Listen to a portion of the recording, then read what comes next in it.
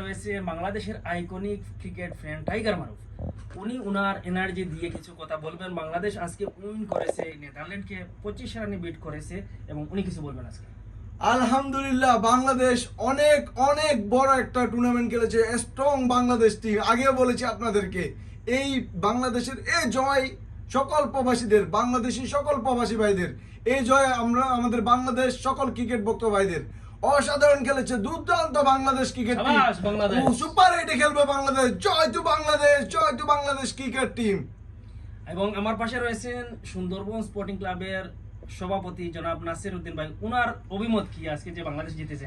আসসালামু আলাইকুম, সবাইকে জানাই আমার পক্ষ থেকে সালাম, ধন্যবাদ। আজকে আমরা সুন্দর খেলাটা উপভোগ করছি, অসাধারণ অসাধারণ।